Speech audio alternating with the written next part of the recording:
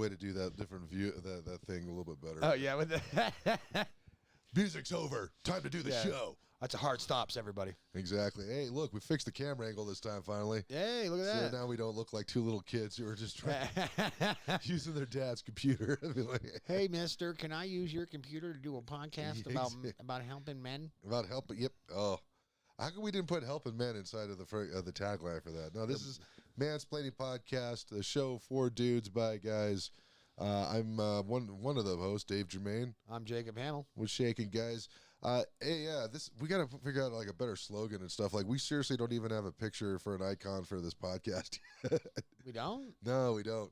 Because we gotta make a logo or something like that. And so I don't know. That's one of those things where like if we were really serious about this, yeah, we gotta kind of we'll make it happen. Yeah, that's been one of the things where I'm like, man, I really got to start freaking buckling down and like doing some more shit with this. Yeah,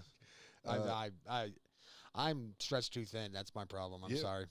Nope, that's exactly. I'm right there with you, man. Because right now I'm making sure that the Twitch thing is going on strong, and also oh, cool. You know, sharing this whole thing with folks on Instagram, on where you can follow.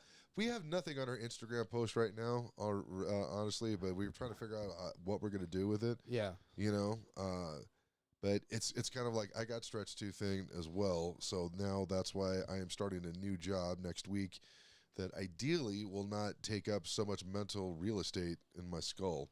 Good. Yeah. Nice. That's a good feeling. I did that not recently. I did that like 3 years ago. The job I have now actually pays me pretty much the same. Right. And I don't have to write emails. Yeah. All I got to do is just deliver booze and then say, hey, ID, please. Write their info down and drive the fuck back to the store and do it again. You know? And I get discounts on booze. It's fucking nice. The last job I had before that, though, I was an AGM of a shitty pizza place. That only required maybe at the most, 5 people working at once and still trying to keep that staffed. It was a job. Yeah, like 15 people working there for no fucking reason. And yeah. Getting yelled at for shit that other people did. I know when you're the manager, it's kind of how it goes, but like when it's your AGM, when it's your GM who fucked up. Yeah. And then also, and it's not me throwing the GM under the bus. The GM actually admitted to fucking up in front of the owner, and he still blamed me. So... fuck you. Yeah, that's fun shit. That's why I will never even remotely fucking do anything with them ever again. No. Because they run some comedy stuff and they can fucking suck a dick. They don't even do that anymore, do they? I hope not. I don't think they do. I think that stuff is over. The sex pod comedy thing is done. Good. As far as I can tell. When I was hosting a mic there, I'm sorry, this is bitter alert. We got a bit of graphic on there, like, oh shit. But like, I think I have a right to be in this respect. I was running a mic for them. It was an alright mic. It was just an open mic. It was like a workout mic. It wasn't anything crazy. If you ever wanted to swear in front of children once a month, you could probably do that. Yep. And my mic, which is what some of the comics used it for, as a matter of fact. Yeah, right. They're like, I can't wait to swear in front of a family 5. Fuck yeah. No, yeah. No, but like they would never book me on sex pod shit, and I was like, at first I was like, okay, it's the big time people, whatever, I get it. And then like Emily Zeke and Mina Thorkel got fucking put on a show, and I was like, okay, fuck you, I guess. Like I'm in your, and I've done shows, and I've done a show at the Oriental, and it was like I did 2 of them. Well, one I was working all day, took a nap, woke up at 9:30, and took phone calls from my boss being like, because I was supposed to go on and perform. Oh yeah, it was our fucking Christmas party, right? And I took a nap, and I was like, fuck, and I like drive down there and. You ever have to do 20 minutes when you're half awake? Yeah. That's the fucking weirdest feeling. This is literally like a bad dream. Yeah, Jeez. Fucking D-Rod's hosting. I'm like, oh, God, hopefully he doesn't hate me. Yeah. He doesn't. We're cool. I didn't say anything dumb. I just was like out of it. But the second time I crushed. I fucking killed. And I did it in front of all the ownership of everything like that, of Sexpot and all that stuff. And, well, they own Sexy Pizza too, but like nothing. Never got anything from them. I just don't get it. It's more of a bewilderment more than bitterness. I'm just like, what the fuck? Whose dick do I got to suck to get the fuck on a show? Like, this is ridiculous. Shit. What was the guy's name? Kayvon? No, it wasn't Kayvon. It was the dude who it was like Andy. Oh, what's his name? Yeah. I know what you're talking about. Yeah, that was the only. Yeah. I've heard the only, because I got an email from one of the guys who was doing the podcast and stuff. He was like, hey, do you want to put Disjointed on the Sex Pod Radio and stuff? And which would have been great. I would have gotten a lot more listeners and stuff, and I think I would have made a good contribution to the whole thing. The only thing was, when it comes to anything that does with anything that I create, guess what comes with it? A contract. Yeah. So the only thing I wanted to have on the contract really is saying that this is produced in association with Sexbot Comedy, not produced by Sexbot Comedy. Because there's a big difference in there. One of them is like, you are working with me. I still retain ownership in everything that I do. When you tell people that you're produced by, that means that they're the ones who are actually doing the whole thing and creating it and stuff. So I was like, no, I just want to have that differentiate. And then the email I got back, like, we'd have to, takes time and money to have our lawyers go over it. I'm like, no, this is basically an agreement that I'm fucking asking that you guys not to do. So one of the things, and it could have been then, like, I'm guessing it was like, listen, this is too much trouble. I don't really care. I was just trying to extend an olive branch of this fucker. Yeah. You know, that could have been it. Yeah. But one of the things that I learned from my friend Raleigh, who's been working in the business, is like, you never leave anything unsaid, especially when it comes with a contract negotiation, especially with entertainment. So don't assume that like they're going to do the right thing. You always have to put it in writing. And if they don't want to sign it, that means they were planning on fucking you. So that's basically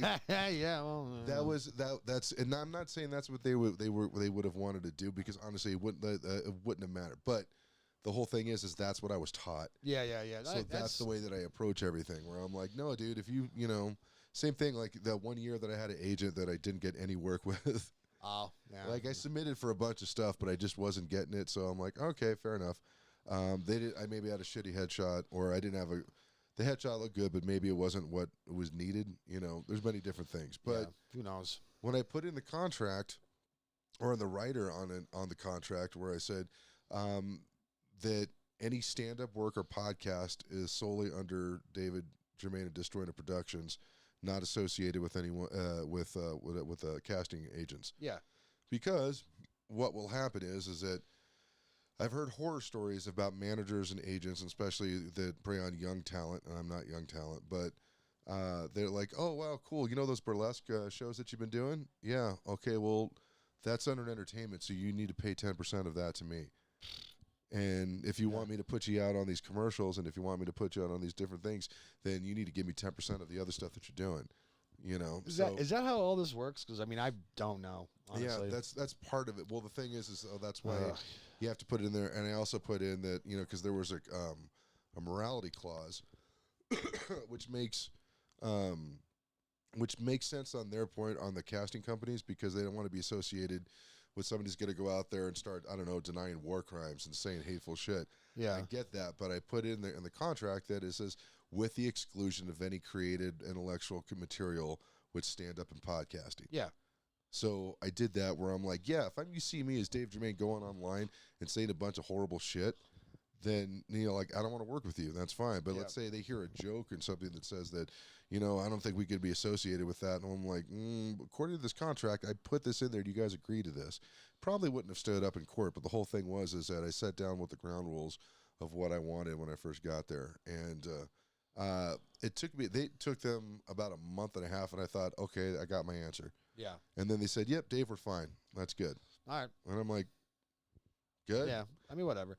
We did the first, I think, handful episodes of you people at their studios. Mm-hmm. They're nice to use it, but, there was a few comics that decided to try. They were trying to big time us and get us the fuck out of our spot, because we always, our producer James has a stick up his ass for being timely about signing up for, you know what I'm saying, being which is good. I'm not shitting on. You're supposed to be, especially when it comes to being professional. Yeah. Then we can show up and there'd be comics in the room just starting a podcast, and we're like, no, get the fuck out, dude. And they get mad, and I'm like, dude, we fucking asked for this time first. Get the fuck out. And it'd be big time Comedy Works comics, and they'd be like, oh, we want this room. And I'm like, yeah, well, that's cute, because we signed up for it first, so go fuck yourself. And they would be pissed. And one of the comics I called out, and they were like, and I'm like, I saw him at a mic a few days later, and they were like, and I looked at him, I was like, that was a dickhead move. And they were like, and he's like, whatever. And then he went and got a pizza and then came back, and then we talked it out, and he's just like, yeah, man, you're right, I'm sorry.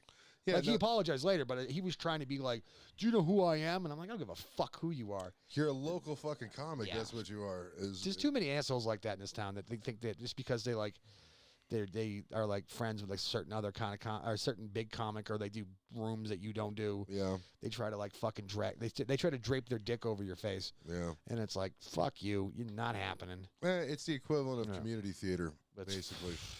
So that's why the running gag in the one community theater show that I did years ago was like, "You'll never work in this town again." Like, well, what, in Tempe, Arizona?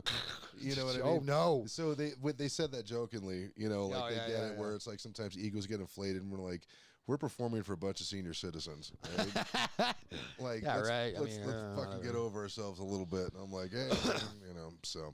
But I'm gonna be famous, Dave. Yeah, I'm gonna be famous. I'm gonna run up my fame credit card and charge a bunch of shit to it now, even though I don't have no way to pay for it. Yeah, it's right. And then I'm gonna accuse black comics of giving me AIDS and running them out of town. Famous. I'm famous. That actually happened. Yeah, it happened. It happened to a comic. He lives in Nebraska now. Poor guy. Feel bad for him. But I'm hoping he's happy. But yeah, the chick who accused him is still getting booked in town. Fuck yeah. Whoa. Wow. Yeah. It's progress. Racial equality. Yeah. Whatever. Fuck her. She stinks. Well, the worst thing is going to happen is she's going to get really, really good.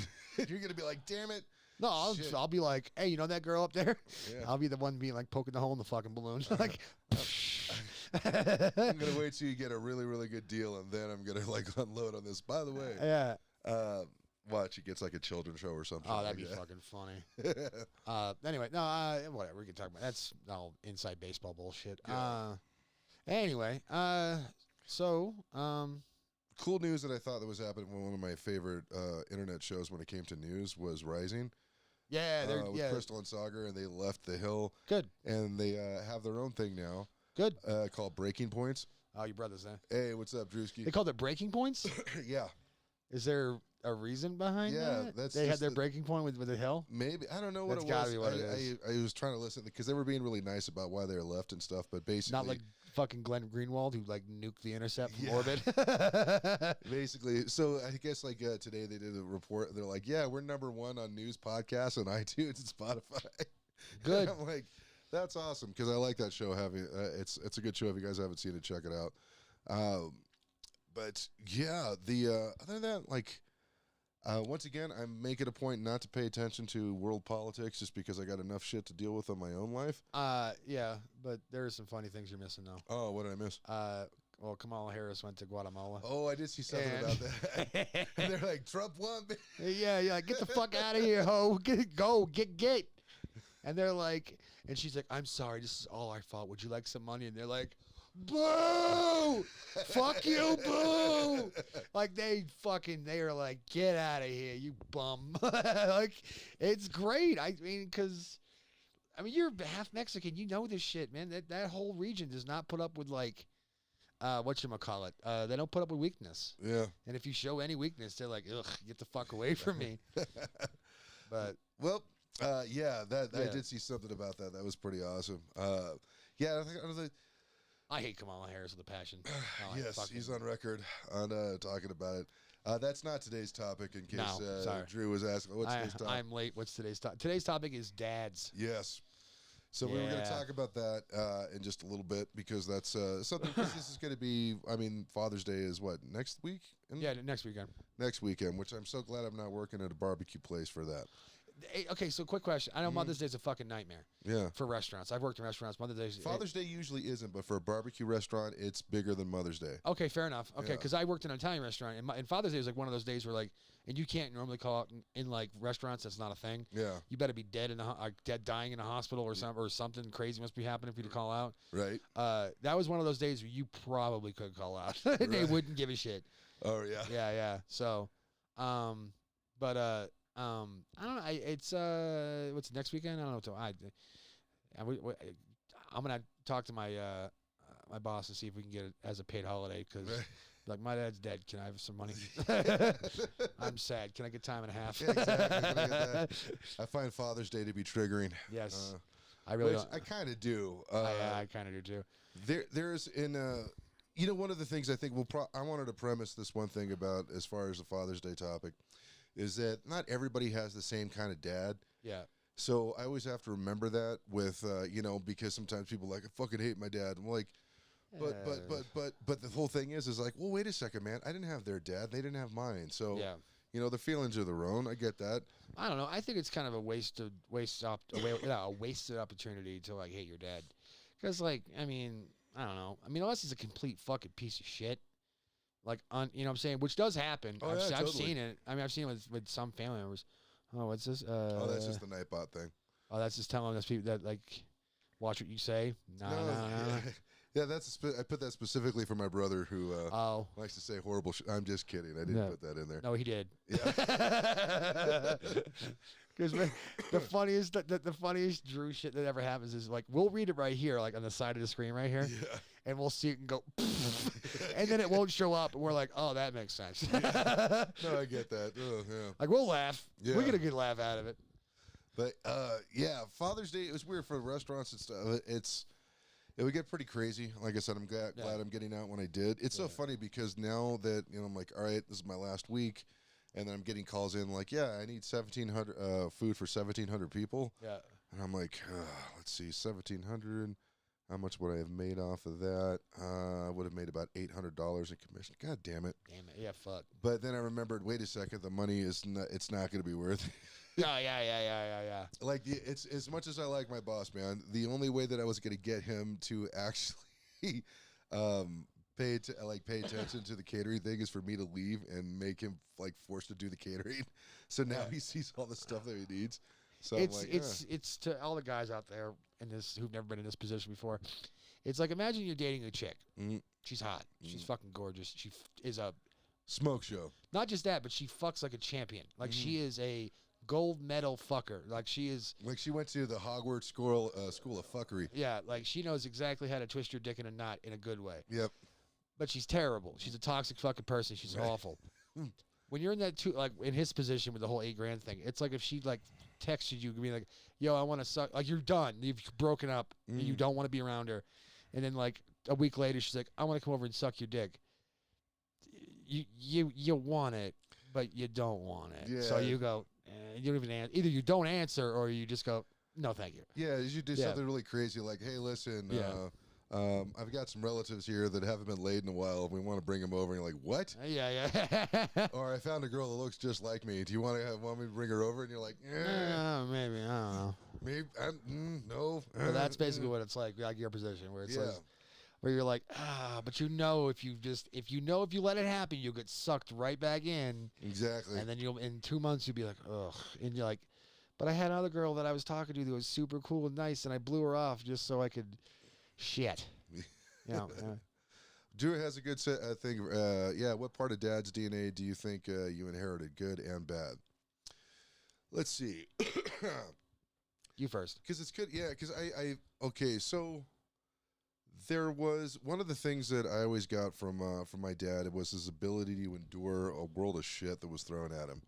Like, to us, at least to his boys, he seemed invincible. Like, he got in a motorcycle accident when he was, because he wasn't wearing a helmet. He just got this motorcycle. He was drunk. That's good. And, like, the accident was so bad that he almost lost his eye. They had to reattach his ear.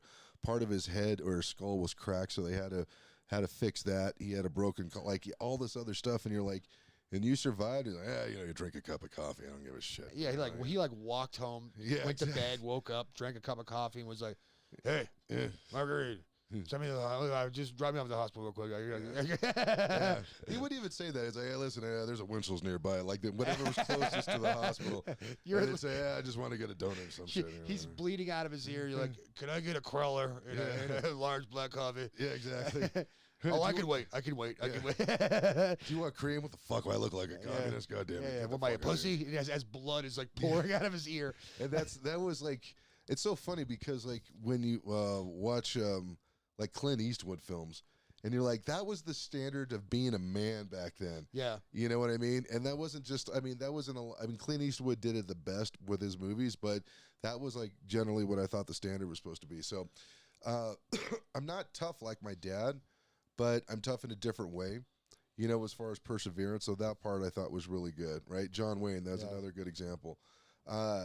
So the bad part What I think is that I think Dad was self-conscious about a lot of things. He wasn't really he wasn't able to really articulate emotional responses. I mean, he could with Mom, but as far as with his kids and stuff, that was super difficult for him.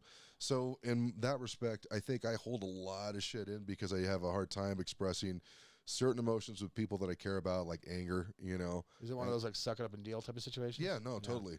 Like there was like I remember when my dad was sick and he was he knew that he didn't have long to live. And when he finally accepted that he was going to die, he broke down and he was crying in front of like my mom, my sister, and stuff. I wasn't there. Yeah. Like that man would never cry in front of me. Yeah. Ever. And I know some folks are like, oh, that's you know, he wasn't that open with it. I'm like, you don't understand what a fucking gift that was, because that set the bar of how tough you need to be. I remember when I was driving, I forgot where we were going, but he just got a cup of coffee from McDonald's at a drive-thru, and it spilled and it burned the fuck out of his foot. I should have sued. He like was, the old lady. Right? He was in a shitload of pain, but I remember the look in his face that when he looked at me and he was just like, burned my foot. All right. And he's still driving the entire time. I remember at one point a bee flew into the car and stung him in the face. And he's just like, which fucking hurt hit him right. And he's like, God damn it. I'm like, Dad, are you okay? He's like, yeah, I'm fine. What are you talking about? Jesus Christ. I drive like this all the time. Yeah. And they're like, a bee stung you in the face. So, like, you know. Yeah, Drew remembers that. Yeah, exactly. And that's kind of the dude that he was. So it was a special, in some ways, there's things about that is totally unhealthy, but at the same time, like, it's a gift. Well, the thing is, what makes it, I don't know, with society nowadays, I mean, I see what you're saying with the unhealthiness, but yet at the same time, there are way too many emotionally incognizant people. There's a lot of softies out there that just blubber and act like fucking assholes about, like, I was talking to a comic buddy of mine about, I got some PTSD issues, right? Right. Because, I mean, it's like, my dad kind of used me as a punching bag when I was a kid, so I'll talk about that later. But like that in my relationships, like ex-wife cheating on me at Disney World, and the last chick that yeah, that's true. He's a good hugger. When he did. Yeah. Okay. Fair enough. Yeah, it's one of those things where it's kind of like the men back there, or my dad was like, don't fucking tell him that you love him. You're going to turn him into a pussy. Yeah. It's like, what am I, gay? Yeah. You make him freaking constantly work his whole life for it, so like it's a never-ending hole of pit of despair. That's going to make him strong. Fucking do that. But like so many people nowadays just like think like they'll be like, my manager at Whole Foods 7 years ago, he yelled at me one time, and now I can't do anything. Like it's like, really? Like now you make people who have actual PTSD look like pussies. Yeah. And these Which is the reason why we want to pay attention to PTSD in the first place, by the way, guys. Yeah. So like, it's so dumb. It's so dumb. And these people should be fucking ridiculed, and they're not. They're put on the same level as some guy who saw his whole fucking battalion get blown up in fucking Iraq. Yeah. They get like the same fucking level of PTSD like awareness, and we should be kicking these motherfuckers out. Right. I'm sorry. Like I'll never forget. Never mind. I'll tell that story later. We'll go off on a tangent. That's not what we want to do right now. It's a stupid story that I saw. There's a comic in fucking Salt Lake City who's, quote, transgender. Mm-hmm. And what makes her transgender is that she wears a hat now. Really? A fucking hat? Right. You're wearing a hat now, and you changed your name. Wait, is this Elliot Page? No. But at least Elliot fucking went through with it. Yeah. Like, I mean. That dude's got abs now. Yeah. He's all ripped. He's going to be banging a lot of sluts. There are people out there that legitimately have this, like, they're like, oh my God, I'm a dude, but I feel like a woman. I'm a woman inside. And then there's people that just do it for attention. Some people just doing it for attention, and they need to be weeded the fuck out. I don't. They really do. Yeah, it's fucking annoying. I don't know the difference between the two. That's why I never really said anything. You know what I mean? You can kind of, sometimes you can tell, sometimes like, you can't. You know there were some folks who were really, I think, like Jordan. Oh, legit. Rest in peace, Jordan Waliba, who was one of, she was on her way to being one of the top comics of Denver. And they found a niche. She found a group of comics to work with, and they were putting on shows and all this other stuff. And it was really tragic how asthma attack or something. It was fucking awful. And a severe asthma attack. Really nice too. talked to her all the time. She was great. The reason why I had a lot of respect for Jordan was that, I mean, I had seen her be at Mike's, and somebody does a trans joke or something like that, and it was visibly upset her when, you know, she heard words for transgender people that weren't flattering and stuff. And then, like, the comic or the young comic would see her after the show and be like, holy shit, I'm so sorry, you know? And her response was like, sweetie, just make sure the joke's funny. Yeah. That's because it was comedy at first with her, which I thought was really great. Which is good. That's the way it should be. But I'm just saying, but like, there's people out there that fucking, like, they want the attention from the victimhood when in reality they didn't go through anything. I think, well, you know what I mean? Or they did and it's minuscule, but they're making a mountain out of a fucking molehill. So this is a tricky thing I was thinking about. Yeah. And it's a good point that you bring up, is that, like, the worst thing that ever happened to a person is the worst thing that ever happened to him. So, like, for me, one of the worst things that's ever happening is, like, the whole time when my dad passed away, right? Oh, yeah. So to me, that was really tough. Or watching an animal get run over in the road or something like that. So to me, that was pretty jarring and scary and stuff like that. So to me, worst thing in the world. Somebody who grew up in a war-torn country was like, oh, that's the worst thing in the world that you had to fucking deal with? I actually saw my village get slaughtered, you asshole. I saw someone put a machete through my brother's head. Yeah. Like, oh. Okay, I'll just shut the fuck up. Yeah. Exactly. Whoops, sorry. Can't top that one. That's the ace of spades. All right, there you go. Good for you. You won. Like, yeah, not actually. Not really. And no. There's no winners here. There's no winners here. So I'm trying to remember that when it comes to, because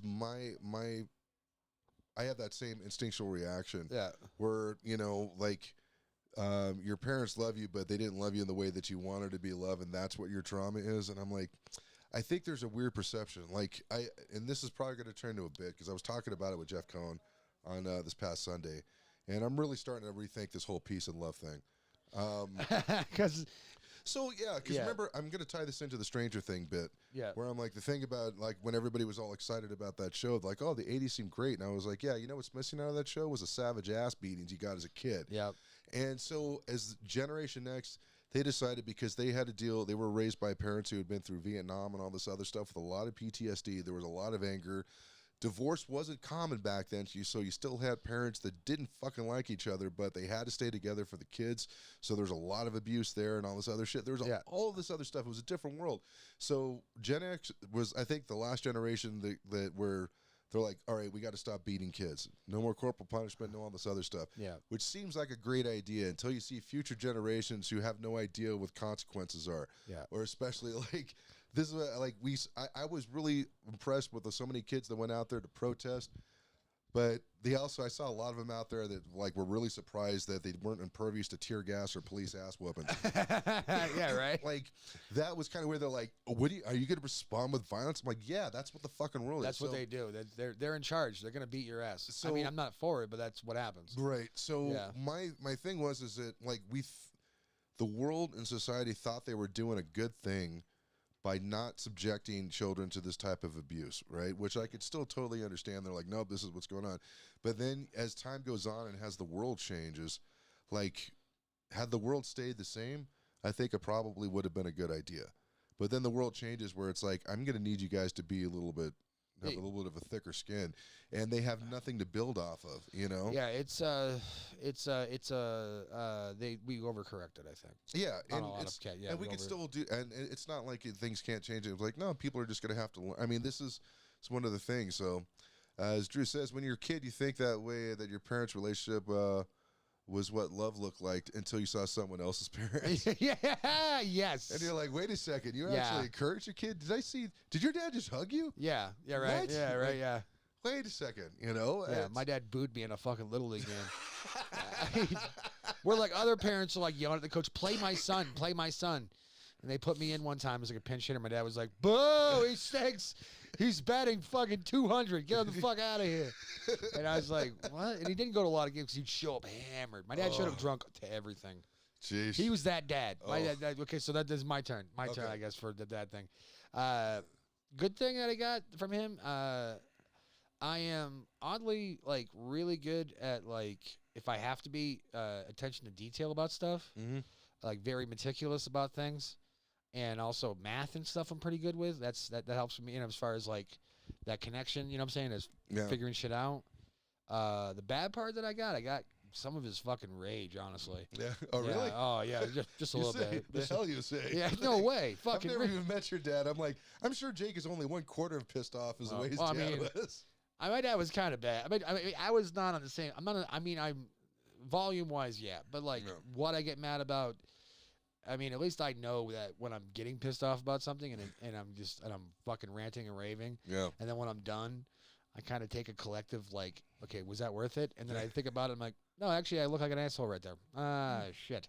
You know, and I'll own that. But like, my dad would never own it. He was just like, he one time came home hammered drunk, and I was doing dishes listening to like Metallica. Right.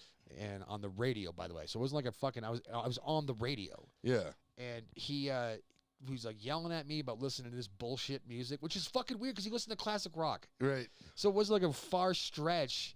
It wasn't like I was like listening to like rap and shit because he hated rap for obvious reasons. He was not a fan of the black people. But anyway, I'm listening to Metallica and he got all fucking mad, started yelling at me. My mom comes out and then he just proceeds to like lecture me and my mom about music nowadays and these fucking kids, like that kind of shit. And then pushed all of the clean dishes off the counter onto the floor. Oh, Jesus, man. And then threw the coffee pot across the fucking kitchen. Wow. And it was his coffee pot. Right. So good luck in the morning, dickhead. But like my mom is like a Midwestern woman, so she's just like, David, like that, you know, and it's like that ain't doing any. Right. He's like, what, fucking what? Like, and he's just wasted. Right. And then there was like a couple nights where like there was like one night where like I shaved my head because my parents would not pay for a haircut. Right. They just would never get me haircuts. So like my hair would be poofy as fuck. And it didn't grow down. Right. Just went out. It went out. Yeah. So it looked like a fucking helmet. To the point where like people were like, are you a girl or a boy? Which is hilarious to think of that now. Right. Because I'm clearly a dude. I mean, I'm not saying I'm a good looking one. I'm just saying factually I'm a dude. Yeah. But like. According to sources, he's definitely yeah. And then one time me and my brother were like, fuck it, we're going to shave our heads. And I shaved my head. And then I was upstairs playing PlayStation one night. Or, no, actually PlayStation. Sega Genesis. This is how fucking long ago it was. Wow. I was playing Sega Genesis. And I'm sitting in my... And here's the thing about me. I mean, I know I talk about victim and all that shit. But, like, I also was a smarmy little fuck. Like, he would say shit. And I'd be like, fuck you. And he'd be like, what's that? You know, like, I knew how to push his buttons. Right. So he goes, yeah, over here with that skinhead look. We think you're a skinhead? And I go, that's really cute coming from you, Mr. I drop the N-bomb once a day. Yeah. And he's like, what the fuck did you say? I'm like, you heard what the fuck I said. And then he took my controller and like hit me in the fucking face with it. Oh, and then fucking started just punching on me. Right in my brother's room. My brother's just sitting there like, because he never did it to him. Yeah. Or my other brother John. My other brother John would just knock him the fuck out. He's done it twice. But he also did it to my sister. Me and my sister have like very similar stories. Right. And it was because he was afraid that because I had other family members like cousins and shit that like went down the wrong path. Yeah. And he thought that that's what we were doing. Right. And so he took it out on us, and it wasn't even the case. What was his dad like? I'm curious. Oh, I don't even know, honestly. Really? I barely met him. I know that, like, I think he might have, like, rumor has it, I don't know if it's true or not, but, like, I think he might have, like, inappropriately touched a couple of my, geez. so that, dad's like, yeah, we don't need to talk to him ever again. Well, no, he got divorced from my grandmother, like, when they were all, you know, kids. Wow. So, like, and my grandmother had to raise all, like, 7 of them on her own. That seems like a typical dude move. I've seen that. I've heard that a couple happens. Yeah, so I don't know if it's, like, real stories or whatever. That's why I'm, like, about it, and I might be spilling some family tea right now. Sorry, but that's just the shit I was hearing. He never did it to me, to my knowledge. Yeah. I mean, the reason why I say that is because things get blocked out sometimes. Yeah. I know. If he starts crying for some reason, yeah, you know. No, yeah. They would. That would explain the rage. Yeah. I don't know. Like, I mean, it's crazy. The thing is weird. Is like obviously it's inexcusable. There's things like none of our dads are saints and stuff, right? No. Because they're people just like anybody else. I felt bad because I didn't get a chance to really get to know my dad as Wayne. Yeah. He was just always like dad. You know? But it always wondered like what. Like the amount of skills that most men had back then to actually deal like, why are you so fucking pissed off all the time? Yeah, you know, because these kids who depend on you and stuff, they why are you making that like they're the source of your troubles and stuff? You're the ones in the fucking driver's seat of your own existence. Yeah. You know, and it's like the guy, he still worked consistently, right? My dad? Yeah. He worked basically until the day he died. Yeah. Like he was still doing, so it's kind of like. Yeah. In fact, I knew it was bad when he couldn't work. Mm-hmm. That's when I knew it was bad. Because me and my sister had like a running pool on whether or not he would die at work. Oh, wow. Because he was like that. Because he never went to the hospital. He went to the doctor and shit like that. The only reason why he went to the doctor, we found out that he had cancer, was because my brother punched him into a stroke. Jeez. Because my brother got fucking pissed at him and fucking just dropped him one day. Right. And then we were like, oh shit. So I had to take him to the hospital. It was a really fucking weird, traumatic experience. Mm-hmm. Take him to the hospital, and then he almost got arrested. My brother did. But he owned all of it. He owned it. And then nothing happened though. My dad didn't press any charges. He was like, "Get out of here! I'm not doing that." What am I, a pansy? Yeah. Well, no. He was like, "I'm not gonna like throw my son's fucking life away just because I was a dickhead." Yeah. So he didn't press any charges. Then he actually went to the actual doctor, to the hospital after that, because they were like, he had a stroke. Yeah. And then everything was fucked up. And then he just got angry a lot towards like the last year of his life. He was just getting pissed, just being a dick. Like he would like. In the middle of summer, would turn the heat up to 98 fucking degrees in the house. Jeez. And we'd be like, what are you doing? Like, I wasn't living there. This is back in New York when he was living there. And my mom was telling me all about it. And it got to the point where my mom was like, I don't know what to do with him. Yeah. So, I mean. That I can kind of understand. Just because, quick, yeah. See, that was a pretty cool thing, Drew. He says, our dad, he didn't really talk to me like a person until Drew turned 18. Oh, really? Like there's two different versions of. There's a couple different versions of my dad. There's my dad who was at home when my mom was around. Yeah. Then his sense of humor and the way he lived was super fucking dirty. Oh, really? When he cussed like a sailor. Well, he was a sailor. Yeah. So he was just like, fuck this little pansy bullshit. I don't give a fuck. Yeah. Hey, money? Oh, yes. What is it? Oh, yeah, right. Yeah, well, hell, what was that going? That bull crap, like he suddenly started curving the way that he spoke and stuff. But yeah, it's weird. I remember Marty would tell the same thing. Our brother Marty would he was like, yeah, when Dad got older and stuff, like he snuck into the house or something because he got home really late. He didn't have a key and it was like 2 a.m. or something. Yeah. And my mom was like, kind of treating him like he was still a teenager and he was like in his 20s. And my dad was like, Margie, come on. If he wants to stay out all night, he can fucking stay out all night. Yeah. Which is like, whoa, really? And then like, he's fucking just leave him alone. Yeah, he's 20. He don't give a shit. So, but I remember you telling me the story about. I don't remember what I was gonna say. What? Is that the father that I grew up with versus the guy that I saw the last year of his life are way too different people. Yeah. Because when and I get this, like when you're wrapped up, most of your identity is how you provide for your family. Yeah, exactly. That was my dad actually dug a hole in the side of the house and created a door for the basement. That guy, he was fucking awesome that way, man. But the way he was, once he wasn't able to really provide for the family anymore, and when he felt like he was useless and stuff like that, my dad became really bitter. Like really angry all the time, and it was just like he was not a fun guy to be around anymore. There was no more laughter. There was none of this. Just him wheezing all the time. The last time, the day before he passed away, the last day that I saw him is when he was like, so you want to be an actor, huh? Yeah. So, yeah, it's good that you're doing this thing. That was the first time I ever got any encouragement out of him. Oh, no, I think I might have had 1 or 2 conversations like that my entire life with my dad. Yeah. And he died when I was in my mid-30s. Right? Yeah. And it was one of those things that was like him reaching out to me, and I was like, okay. And granted, I'm glad that he did. I'm glad I had that one day where he was still. It's like I had my dad back, and then he goes off and dies like the next day. But I remember you told me the story about your dad's foot. Oh yeah, when he died, they found out that he had a broken ankle. Yeah, and he didn't say a fucking word about it. We don't know how long he had. And my mom, she kind of remembers him tripping on the carpet, like on one of those rugs, those area rugs, and apparently he broke his fucking ankle. Yeah, didn't say a fucking word about it. Didn't know. I mean. We found out after he died. Yeah. We found out after he fucking died that he broke his ankle. That is some fucking old school man shit there, man. Yeah. Like that is it's weird. You're like, why didn't he? But at the same time, you're like, I don't want to bother anybody with it. You know? Yeah. No, I got that from him too. Yeah. I fucked myself up pretty badly a couple times, especially when I used to move furniture for a living. Yeah. I would fuck myself up real bad and just not say anything. Yeah. Like I was one time taking apart a big giant oak desk, right? It was like multi-level, like not level, but like multi-surface one, like one of those big wraparound desks you have. It was oak. And I was taking it apart because we're moving it, and I unscrewed something in the backsplash where your feet go, like underneath the desk. The backsplash, and it was like this thick, like about a foot thick, and about 1.5 inches, maybe 2 inches thick. It fell forward like that, and it basically took about 3 layers of skin off my shins. Ugh.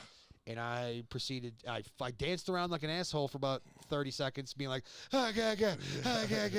And then I went downstairs, grabbed some packing tape and some brownie paper towels, and fucking just, and then worked, I think 11 more hours that day. Yeah. And the homeowner was like, "Are you okay?" And I'm like, "Yeah, I'm fine."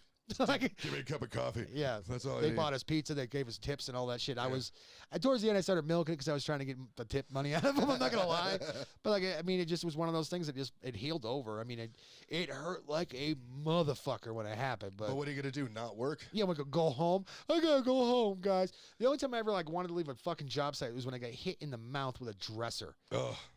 And I took about 15 minutes of. I smoked a cigarette.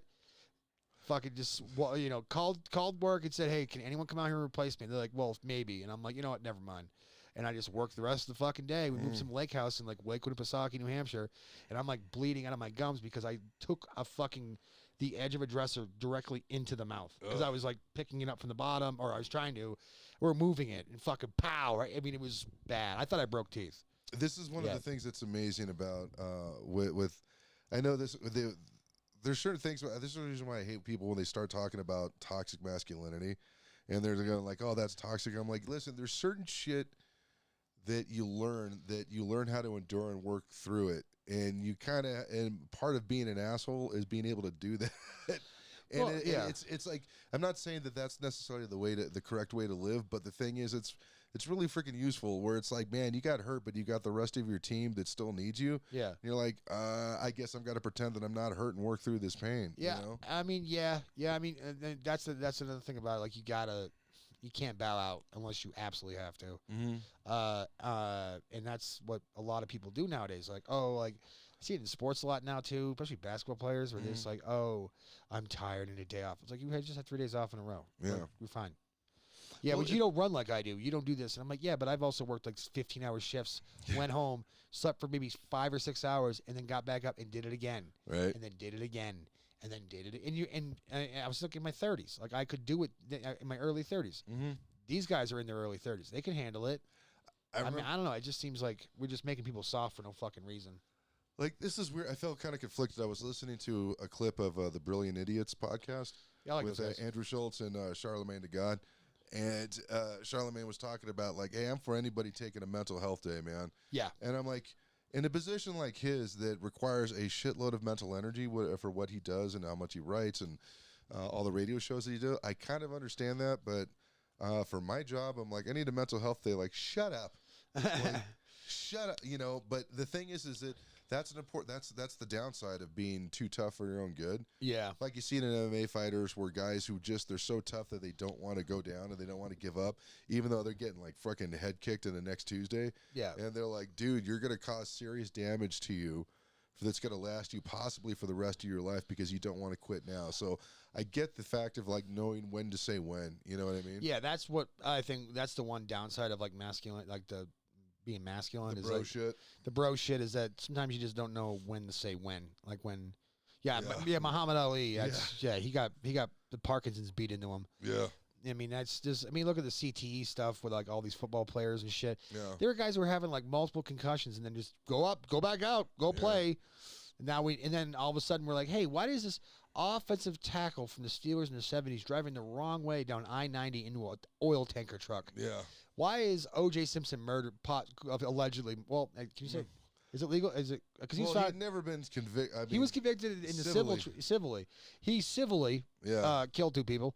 But no, they were saying like if he was on trial today, they definitely would have used CTA as part of his defense. And I think that's what happens. It's like it breaks your brain if you fuck with it too much. Yeah. And then, but back in the day, everyone would be like, it's like water. I remember water back when I was playing football in Florida. It was like a treat. Right. Like, they were like, oh, you worked hard if you can have some water now. Right. Where now, I mean, and then looking back on it, you're like, are you fucking shitting me? And they were giving people salt pills and shit. It was fucking dumb. Yeah. And then we know now that, like, no, you want these dudes to be highly fucking hydrated. Yeah. And look at it now. Like, we have athletes that can, like, jump through the fucking roof of the building. Yeah. So, I mean, you know, but that's one of the things that's kind of, even like the deaths in boxing usually has to do with dehydration and the weight cuts and all the other stuff. yeah, You know? the weight cuts is what gets you. Yeah. But no, I mean, it's just, but there's a good and bad to it. I mean, as far as it's just toxic, it's just it's a thing that people say now that just because they want men to be softer so they're more malleable. Yeah. And like, what's funny is that some people think women want that. They don't want that. They don't want it. Well, you know, that's the thing is that Yeah. it's always we're symbiotic, right? Yeah.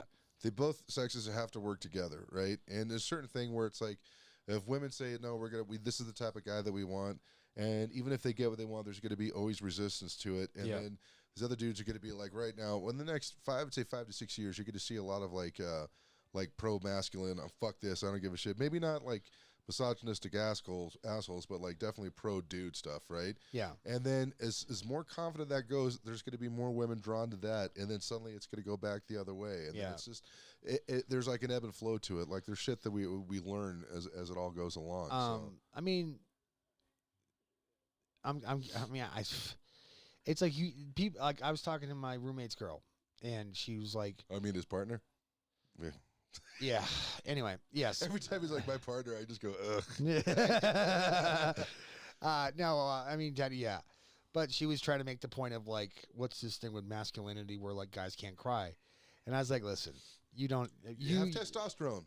Fucking, as a matter of fact, Rogan had a researcher or a Harvard professor wrote a book on the whole thing. Is when they found out that when just talking about trans men, when they started upping their testosterone, that they found it was more difficult to access the other emotions except for anger.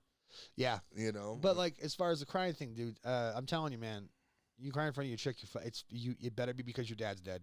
Yeah. Or it better be because you had your arm ripped off by like a bald eagle or something. And you're actually being currently beaten in the head with it. Yeah, but like other than that, and that's only a day. You get a day pass for that shit. Yeah. Because you start crying in front of them for over stupid shit, they literally don't want anything to do with My you. first marriage, I was such a fucking pussy about so many things because I didn't know there was a lot of shit that was going on with me, but that I wasn't aware of. But I cried all the fucking time to the point that I really hated myself every time they did. Yeah. But I figured that was a better emotional response than what I wanted to do, which was start breaking shit.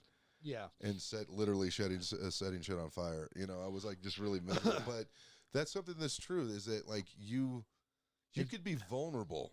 I would say this is that if you're like something that's really hurting and stuff like that, because Jenny's seen me tear up and stuff, but not nearly as much as my first wife. Yeah. I can make it a point never to do that again if I can help it. But you could be vulnerable, which is really important. You can't be weak. Yeah. Which some folks think that's the exact same thing, and I'm like, there's a subtle difference. Yeah. You know, and it's one of those things because vulnerable, that's temporary. You could say, yes, you're hurt right now. Yeah. That's absolutely this thing that whatever happened in work or something like that. My boss chewing my ass out or something like that, or just basically selling me out to a customer or anything like that. That really hurt me. I'm really upset by that. I can understand getting emotional about that. So that's being vulnerable. But staying in that state constantly where you're always that hurt, where you're always in that emotional state, then that's being weak, I think. And at that point, because it's like you're not learning anything, you're not growing from it. Like somebody punches you and hurts you, then you know what you need to do. You need to get stronger. Yeah. Or learn how to friggin' dodge or something like that because you can't just keep crying for it. You know, like I think that's where the subtle thing that I think a lot of guys are missing. Yeah. Or if they don't know the difference between it. I don't know. But like, I mean, I remember when I was going through my divorce, I would fucking cry, drop of a hat. Yeah. And then you get to that weird spot and I hated myself for it. Yeah. Well, because I was just like, my whole world's coming undone. Yeah. And I didn't know what the fuck was going on. So I was like, I was more like just freak out type of shit. And then there was like about a fucking 10-year stretch where like, even when it would be okay to cry, I didn't. Like funerals, shit like that. You know. You're like, wait a second. I know there's more emotions. Yeah, I felt there? dead inside. I was like, is this normal? And then like, is this what being a man is all about? Like when my dad died, like I didn't cry, and then all of a sudden, like 3 days later, I'm like sitting in my chair in my room playing PlayStation. Yeah. And it was like explosive diarrhea of the eyes. Out of nowhere. Like it was like I just it was like, yeah, it was nuts. And then I was like, oh, okay, that was weird. And then because like I was building it up, and it didn't even feel like I was even holding it. It was just my body I just couldn't. And like when my friend Lou died, like I wanted to be like, oh my god, this sucks, and cry and shit like that. I was just mopey about it because I was sad. Yeah. Because he's my buddy, but then he died. But yeah, I like had to make myself do it. Just to get it out of me. Right. You know, kind of like a fucking begrudging jerk off. You know what I mean? Like where you're just like, oh, okay, let's get this over with. The only reason I'm doing this is so I can concentrate later. Yeah. I remember having a nervous breakdown on the bus ride home from high school once because of a song that was on the radio from the Escape Club. Just think of me and I'll be there. Okay. And I could not stop crying. I was just so freaking angry. And they're like, dude, are you okay? And I'm just like, in the back of the bus. But you're also, all right, Dave, you're all right. I'm People will fucking, dude, they will evacuate from you as if you shit your pants in the worst way possible. You're like, what's going on? I'm like, oh, Dave is trying to shut off his humanity and reason so he doesn't have to feel anymore. So anybody want to go talk to him? No? All right. Okay. But then like a couple times here and there, I've done it recently. So I was like, oh wow, so I'm not dead inside anymore. Right. Weird. Can I feel now? If I could only work on those feelings of joy and happiness, and I could trust it instead of just thinking that it's trying to trick me. That's just speaking from my own personal experience. Yeah, I feel you. This is one of the things that I was gonna. I wanted to have a positive or something that. It was a bittersweet memory of my dad. Okay. And I was thinking about, right? And I'm going to get emotional on this. So, gay. Sorry. God damn it, Dave. What the hell are you talking about? There was one time, I think it was right when my dad was about to die. I'll tell this before. No, please do. Yeah. So me and Dave were hanging out at like, what was it, living room? Yeah. Yeah, we're hanging out in the living room, right? And he's telling me all about it. Because I'm like, this is a train that's about to hit me. Yeah. It's already hit you. So you're basically giving me the rundown of like, this is what's going to happen. Yeah. He starts getting emotional, right? Not trashing you over it, but when he starts getting emotional, I called him the F-bomb. Yeah. And he's just like, and then he's like, what? I'm like, I'm kidding. Yeah. And then that becomes like a thing whenever we talk about our dead dads. He goes, exactly. I don't want to, he goes, you can call me that later, but let me just get this out. Oh, that was weird. Like, it was the same thing. Like, we were, by the way, this is how guys show, like, I wouldn't do this with a lot of my friends, but like, when you were, and I didn't mean it. It's I'm busting balls. No, totally. Like you freaking bared your soul about some girl that you liked when it was Mayor's Wild stuff. We go back, and I understand. It was such a tender moment. I understood how difficult it was for Hamill to actually be this open, and then I called you the same thing. You did. You're like, the funniest thing is that Will is like, "What are you doing?" It's funny when people don't know that, like they don't have that kind of like relationship with people, because that's how I've had brothers. You've had brothers. Yeah. That's what we do. This fucker in the chat room right now. Yeah, your brother's probably he's probably typing it in right now. Like, one time Dave was such a bitch. Which he's got a million of stories of. Yeah, but like, I'm not like, you showing emotion over your dead dad means like you're a piece of shit. Right. I just wanted to kind of like, I don't like break the levity of it, because it's when things get too much, it's just like, God, Jesus. Well, that's kind of the thing is what was interesting why we wanted to do this show is because there's oh my gosh, when if you've ever watched the show F is for Family, the last season where his dad, it's a lot about his dad's relationship and stuff, and little tiny things where he's like, oh, that's a good idea, son, and then you just see like he gets all freaking emotional about it because he's so starved for his dad's attention, but at the same time he hates him so much. Yeah. So there's the thing is that it's complicated relationships because dads don't really get a pass. They're supposed to only do everything that's right, and they're just an asshole if they didn't do it right, you know. And I'm like, no, they're human beings and stuff, you know. They don't. So, case in point, like I think my dad, with a common theme that he had with all of his sons is that just learn a trade. Just learn a trade so that way you can at least you could support yourself. Yeah. You know, so that way if you have a family that you could do something well, do better than I did. You know, like I remember my dad because I always knew I wanted to be a performer. Which, by the way, if you're a guy who wants all your sons to learn a trade, theater was not one of those things that he wanted on the list. Yeah, He was like, God damn it, seriously, why don't you try to do something like bringing In the back of his brain, the F bombs in the bullpen. Just Yeah, wait, just exactly. I'll save this for his wedding, you know. And told me that shit. Oh, I'm sorry, I don't get that reference there, Drewski. okay. So the so that like that last day that oh yeah, he told me that. So it was like at junior high school, right? I won like this writing celebration award or something like that. So they just give it to these kids who actually could write a halfway coherent story, right? So we had this thing where there was like a presentation or something like that was going on in UC San Bernardino. So it's down the hill. It's about an hour and a half drive. And so they're like, "Hey, Dave, you're invited to this. We're gonna, share your story and all this other stuff, and you get an award and everything." And I'm like, "Okay." And then my dad's like, "When is this?" So all right, we'll go. And Yeah. I'm like, the entire time it's like, keep in mind the way my dad said that he loved you was, we'll see about getting you a car. Yeah, okay, yeah. We'll see if maybe we could find something on for you and stuff like that. Which, by the way, the translation from guy speak to from like 1950s guy speak to current is that, hey, I'll help you find something so that way that's going to help support yourself. Yeah. So it's going to give you independence. So it's going to take you responsibility because I want you to be a better man. This is what I'm going to do and stuff. I'm going to help you along with this because it's a very difficult step that you're probably not going to be able to do on your own, right? Yeah. You just had to know how to read the translation. So I thought the fact that I was so emotional is something that my dad hated about me or just didn't like about me. And like, he's too fucking soft, that type of thing, yeah. right? And so there wasn't a whole lot, like, he never made it to any of my plays. He never really did any of that stuff, right? So yeah. he's like, I don't want to whatever, but he was working. It's like, what do you want? You want me to show up for this play to show you that I love you? Or how about if I keep working so that way we can pay the bills? Because that says to me that's how they showed that there was attention. They like, if I didn't love you guys, I would have left a long fucking time ago. Yeah. Of course I love you. I'm working my ass off for you. Does that not mean anything? That type of thing. So, yeah. So the entire time I'm thinking that he's doing this because my mom made him, and he doesn't want anything. It's just kind of like, all right, let's go. But that was just the way that I perceived it. Is that wrong? I don't know. Yeah. So I like what happened was after that he passed away and they were cleaning out his locker, the acceptance letter or the award notice for that writing celebration was in his locker. Oh, okay. That's great. Yeah. All right. So it makes me so happy that he's like, no, he was proud of me, but he didn't want to tell me that he was proud of me. And this is the weird thing is it's so crazy. And this might be, and I mentioned this earlier, but just for the show.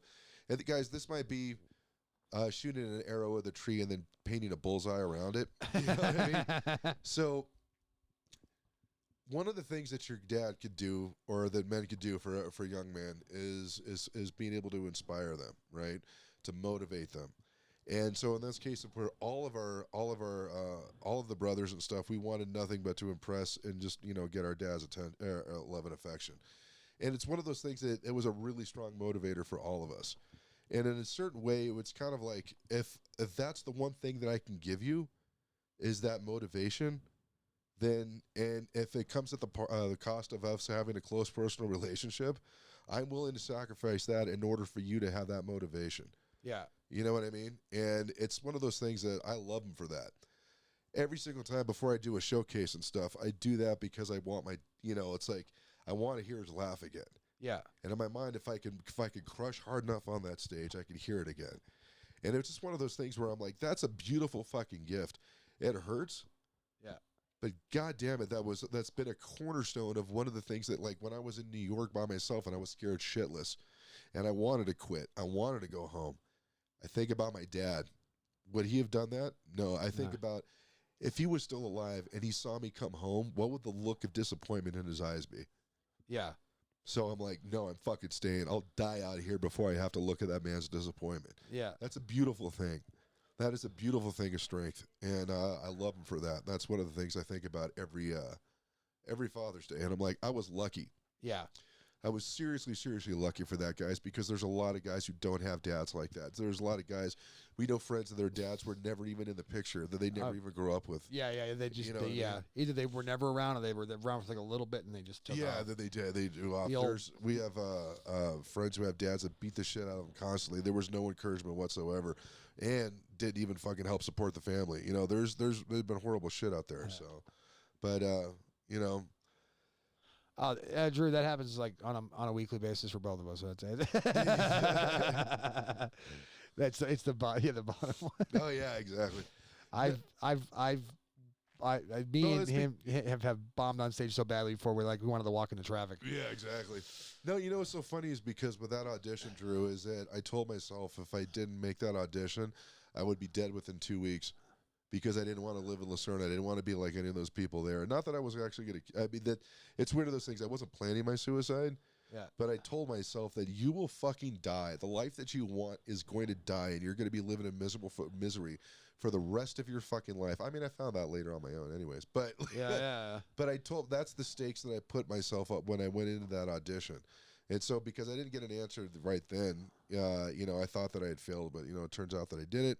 So the lesson that I learned from that is that if you really, really want to succeed as far as anything in entertainment goes, it has to be the most important thing in the world, and you have to want it more than everybody else in the room. And that's one of the things I was able to do. So yeah, I don't know. My dad was weird with that. He was the same thing too.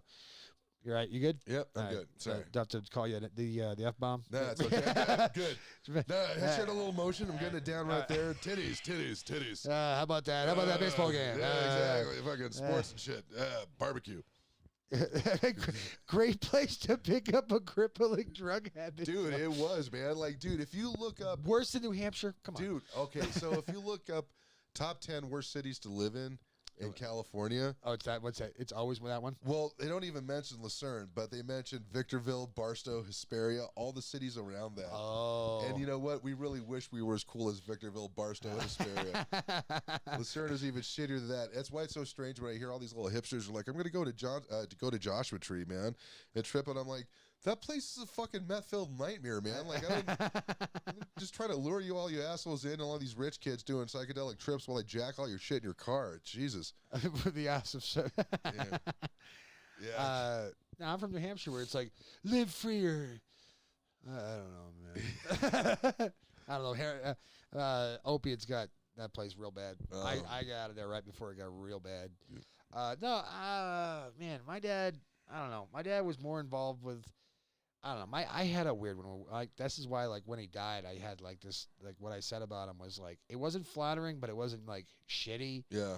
It was basically like, I just said it was complicated. Yeah. Me and his relationship was, because I'm the oldest. Right. And so obviously, like, I'm the, I'm the fucking first in my generation who has the name and blah, blah, blah. And all these I'm named after my great grandfather, who's like the fucking patriarch of the whole family. Right. Blah. And not my first name and my middle name, which is Levi, like the jeans. Right. Ha ha ha! I beat you to the punch, fuckface. Yeah. But like he would never really go to my games, like my baseball games. Never went. He would go like anyway. He went to one sober. Yeah. One. That's because he had to, and because my mom dropped him off, and then she had to go do other stuff, so he was just there. Yeah. But then, like, when he was there, he would just get drunk and stuff, and just, or not, like, and he would sit in the car and listen to, like, the fucking classic rock station and chain smoke and just drink car beers the whole fucking time. Wow. I don't know, but, like, he also didn't really, like, I don't know, it was weird. Like, when I told him I wanted to be a comedian, he pulled up this fucking website called Finish the Joke. Like, there's this comic. He was on Bob and Tom a lot. I can't remember his fucking name. He's a one-liner guy. He was kind of, he was good, but he was just one of those, like, radio guys. Right. But he had, like, a thing where he'd be like, hey, man, like, finish this joke. And he's fucking screaming at me to finish the joke. Shit-faced drunk, fucking screaming at me. What the fuck? What's this fucking joke? And I'd be like, I don't know, Dad. Well, come on. What the fuck? Like, even, I'm like, are you fucking serious right now? Like, calm down. Like, he get like belligerent with me, and then like, do you think it's just like, I want to know if you're good at this? Yeah, I think that's probably what it was, and I'm like, I don't fucking know. I just started like a year and a half ago. Yeah. What, can I fucking figure it out? And that's where like a lot of my like comebacks to like to people whenever they're like on my ass. I'm like, what the fuck, man? Like that's where it comes from. Cause I'm like, he would just be right there, fucking like, you know, and I would snap like, get the fuck away from me. But like, once you say that, here come the hands, you know? So, but like, yeah, it was obnoxious. You had a lot more responsibility though. Also being the elders. Like it's like, as far as like your brothers and sisters and everything. Well, yeah. Cause it's me and my brother, Ben, and then like an 8-year gap. And then there's the 3 other ones. It was like John. And then 2 years later it was a twin. So it's like, it was a huge gap. So like, I'm like 14, 15 years old and I'm watching children. On a so my dad can go across the street and get drunk because there's a bar, like an old man bar across the street that we lived across the street from. So like whenever he wanted to go and get shit faced with his buddies, I had to go leave from what I was doing to go fucking watch children. Right. Which is like should be the prime of your life, like that, you know, like the fucking your teenage years. And I had to I shouldn't say waste them, but like, I mean, take that, you little shits. Yeah, no, I mean, they came out great. So it wasn't exactly a sacrifice that didn't bear any fruit. It bared fruit, but because they all turned out pretty good. Because there's a lot of for us as an entire family, not to rub it in my cousins and aunts and uncles' faces, but like as a family, compared to the rest of them, Jesus Christ, we did way better. Right. Way better. Because like, there's like a couple of stars, like as far as like one guy works at this place and he makes good money and he owns a home and but then there's like, you know, crackhead, fucking, you know, opiate head, crackhead, drug addict, fucking drunk, fucking, you know, just down the line. And then like a couple other ones that like either were on opiates and then got off and now they're fucking living a good life. But like there's, you know, so for all 5 of us to have us not be bags of shit. Like my brother, who's the only one who doesn't have my brother Ben, who doesn't have a fucking college or a high school degree or high school diploma, he makes like $50,000 a year. He has 3 kids. He's a good dad. He lives in Phoenix. Like he's doing great. So and he doesn't. The rest of us have high school degrees, and some of us even went to college. So I went and didn't graduate, but my sister went and graduated. And I think my brother Sammy he was a Christian. That's another one. He went all Christian. My brother went to Jesus. And don't ask me how the fuck that happened. We didn't push that shit on him. Like he just decided one day. In our family, you're either a big heathen or you're like a fanatical Christian. Oh, but like we didn't push it on him. Like he just wanted to go. And then he just fell in love with it. And now he's Mr. like Bible quotes on his Facebook wall. And, you know, his poor daughter's got to wear dresses all the time that are down to her ankles. You know, and all that shit. Go wear a bonnet and everything. Can't show her elbow. Yeah, but you know what? Good family. They're fucking doing it. Yeah. Drew had a question here because he was talking. Because like Drew and I mean, we grew up with the same dad, but he has his dad had a more of a substance problem or his biological dad. Being in comedy, you run into him. Yeah. So you could put up with him sometimes, but whenever I see a fall down, belligerent drunk who's acting like an asshole, I honestly want to curb stomp that motherfucker into hell. Like that's something you and Drew have in common because he has a hard time with drunk people too. Fucking hate him. I have cousins that were like really bad drunks, and I fought them a bunch of times because I was like, I'm not dealing with this. Because a lot of these shitty drunks, they become selfish. They become like very sociopathic. Like they don't give a fuck what they do to people because they're having a grand old time. But like again, beating the shit out of a drunk dude doesn't do anything. Yeah. Either they don't fucking remember it, and B, like they're so malleable that you could put a good whooping on them and nothing's gonna happen. Right. It's the same reason why when they fucking get in like fucking high speed accidents when they're wasted, they don't get hurt because they're just like, you know. Yeah. That's why. That's why they could fly through a windshield, fucking go across the highway 150 feet, hit a guardrail, and only have a bruised arm. Jeez. It's because they're so just fucking malleable. So it's pointless to fucking. But the rage in it is like it feels fulfilling just to fucking just put a hand right into a fucking face of a drunk asshole. That's the other reason why I like doing stand-up comedy. The opportunity to beat the shit out of drunks. Yeah. So it makes I've got to like really bite my tongue and really like just kind of count to 10 a bunch of times because there's been times when I've ran into like, and it's happened with comics, it's happened with people. There's a lot of alcohol, but like just are fucking assholes when they're drunk, and I don't like it and I hate it. And whenever somebody starts fucking lecturing me when they're drunk, that's when the flame hits, because that's when I'm like, I'm gonna fuck you up, because I hate that. I fucking hate that with a passion. don't lecture me when you're drunk, because I'll just beat the fuck out of you. And I'm not a tough guy. That's actually used to be on his MySpace page. Yeah, along with my top songs. Yeah. Grab the car and tell me how the Eagles sold. Oh, yeah. So that was another thing. For some reason, I think Drew also attracted a bunch of people that made up a shitload of stories on how, let's see, like, like he said his dad, or was it, told me how the Eagles sold all of his, or stole all of his songs. And because his dad was a really, really good musician, also like my brother, who was a really good musician, which I would think you would probably agree that you have one of the best things that you got from your dad was your musical acumen, combined with the stuff that just runs from them on our mom's side of the family, but yeah, it's he's like, yes, there's zero like, oh no, I'm okay. It's like, no, yes, I'm fucking awesome. Yeah. Good for you, but I'm just saying there's no humbleness to that fucking statement. Right, and charisma. Yeah, that's the thing is that dude is seriously fucking charming. I'm like, this guy gets way more pussy than he deserves. And at that point, Drew, I knew that life wasn't fair, and I had to up my game. Oh, so. I can't give my dick away. Teach me your ways. It's real simple. It's called, and Drew, you'll agree with this, have the morals of an alley cat. Oh, that I can't do. I'm sorry. See, that's what it is. So all of it. So, yeah. But it's things that what I always celebrate about as we're sliding into third here on this is that what I celebrate about Father's Day is there's the good things and stuff, and even the most horrible shit that they do to us and stuff is still like a building block.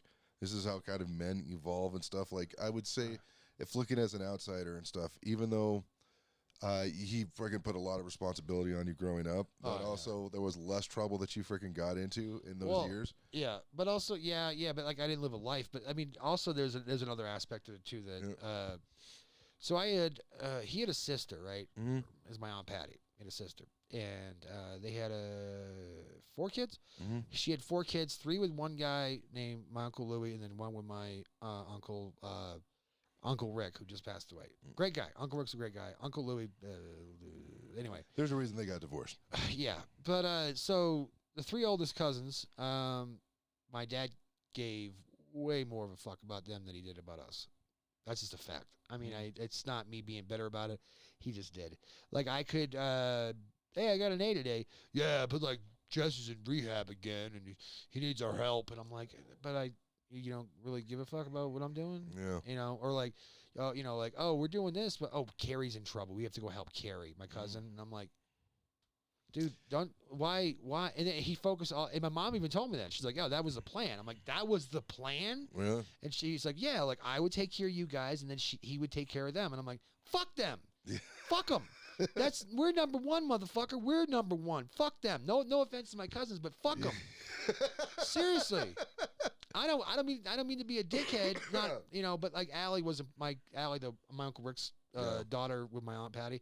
She's not involved in this equation because she was way down the road. Yeah. I think she's about 10 years younger than me, and my cousins that I'm complaining about are like anywhere from like 1 to 2 years older than me to like 10, almost 10. Mm-hmm. And he treated my cousin Louie Jr. He treated him like he was his oldest son. Wow. And then treated me like I was like, why don't you like him? Because he's a dick, Dad. Yeah. He's a fucking prick. I don't like him. He's just an asshole who's full of himself. I don't like that shit. Right. And I just it bothered me for fucking years, and I couldn't. It was one of those things I knew was happening, but I didn't know how to say it to him. Because I knew a fight would fucking happen. But this is something, if I was just out of curiosity, do you think you're like your dad at all? Or you're like, no, I'm going to be somebody completely different? I don't know. I have my mom's brain. That's part of the problem. Like, my mom is very like, oh, hi. I believe it or not, and I'm not tooting my own horn here, but I'm actually a relatively polite, kind person. Oh, yeah, you are. But at the same time, like, that's where my mom's side comes in. My dad's side is basically like, oh, you fucked me over, I'm going to burn this house to the ground. Yeah. Like, that's the other part of the brain that my dad gave me. But like, I try to not be like him as far as like, that's why I don't drink that much. Yeah. Well, you're a very self-aware, self-aware dude, even more so over the past year and stuff. But it's impressive Because knowing, like, let's put it this way, I believe every story that you're telling me about your dad, right? Yeah. It is amazing that you're not just like him, that you're somebody that's way more in touch with what's going on with yourself. But your dad also had this freaking, like, super fucking hard drive about him, it sounds like. Oh, yeah, no, he would, my dad, this I'll give him credit on. This one I'll give him credit on. My dad would put beers away. Yeah. Like, it'd be Tuesday, fucking, he would be on a Tuesday, he has to work tomorrow. Like, he would drink, like, 18 fucking, like, old Milwaukees. Ugh. Just get shit-faced hammered on old Milwaukees, go to bed, and then wake up like that and go right to work. Not a complaint about a hangover, not a complaint about anything, just drink his coffee. He'd sit in his chair for about 15, 20 minutes, stare off into space, put his boots on, and then go to work. Yeah. Granted, he didn't have a license. My mom drove him everywhere. Right. Which that was weird. Right. When I saw, like, my friends' dads driving, I was like, that ain't normal. And they're like, no, you're not normal. No, thank you for the whole compliment about being aware. But I had to, man. I mean, it's... Yeah, no, it's crazy how life kind of works out that way. Yeah, because you see... Because, like, I don't think it would be nearly as funny as if your dad wouldn't have been such an asshole. Yeah, it's probably that's what I'm saying. Also, with my whole, like, saying shit to someone's face knowing full well you're gonna just drill me right in the head, and I'm just gonna say it anyway. Yeah. That ballsiness of... I mean, I'm not one of those comics that, like, speaks truth to power. I'm a storyteller comic, but, like... If you're being a dick, and I know that me standing up for myself means I'm going to say something that's going to piss you off, I'm going to fucking say it anyway. Yeah. And I don't give a fuck. Like, I don't give a fuck. But I don't go looking for it. Where my dad would, well, actually, my dad really didn't do that shit either. He was more like a, hey, let's not do this. Come on. You know, he was more like that. But. Let's see. If we are the sum of our experience, then our fathers were the most important thing in our lives, and mom. Yeah. Yeah. I get that too, and it's weird because it's funny. It's like, all right, it's weird. It's like men saying, "This is the best I can do." I hope you did. Fucking, there you go, kid. Yeah. See what Dave is most like dad when he's pissed off at stupid people. He gets very colorful.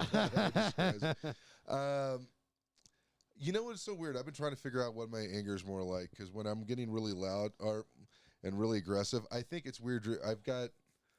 Because I was afraid of my anger for so long, and now I'm trying to embrace it. But it's like a weird mixture of mom and dad.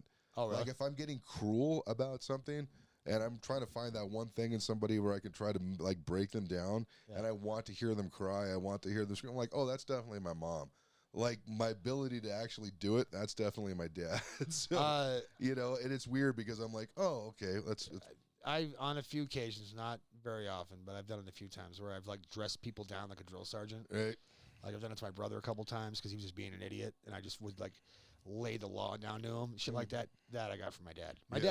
My dad would fucking bring us out to the... I mean, it wasn't all beatings and shit. Right. Sometimes you wish he just would beat you to get the fucking shit over with. Can you just hit me, please? Yeah. Because we'd be in the garage when I was, like, a kid, because, like, one of us fucked up doing something, like a broken window or some shit, and he'd be like...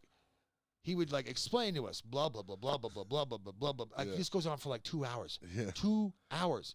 And then be like, do you understand? And then we both go, yeah, we understand. He goes, yeah, I don't think you do. And then he would fucking go on. He would repeat himself. And me and my brother are just like, and it'd be like me and Ben fought. Like, we had a fight or some shit like that. And then he would bring up, because he's got a dead brother who died before I was born, named George. So I think he's like, he's just like, you know, giving the whole spiel of, like, don't be like this. You never know when you're never going to see your brother again and all this. And I'm like, and we're like 9 and 8 years old. I'm like, I don't, okay. Like, I get it. It was a lot of projection. That's for goddamn sure. It was definitely a lot of shit he didn't know how to deal with. So that's probably why he stayed drunk all the time. Yeah, it is. If you know people now who stay drunk all the time, it's like, this dude's obviously hiding from something. You know? But, like, he was bad with projecting. Because like that was the whole thing. Like, we weren't bad kids, honestly. Like, we were really well behaved fucking kids, and we didn't get into any trouble. But, like, he assumed that at any moment, we're gonna bust a meth lab out in the basement. You know what I mean? Like, and we were like, no, I just want to, like, play baseball with my buddies and hang out with my brother and fucking blah, blah, blah, exchange baseball cards or whatever. Right. Like, stupid, goofy young kid shit. Like, not like he assumed like we'd be smoking cigarettes and, like, snorting coke when off of our kindergarten fucking diploma. Yeah.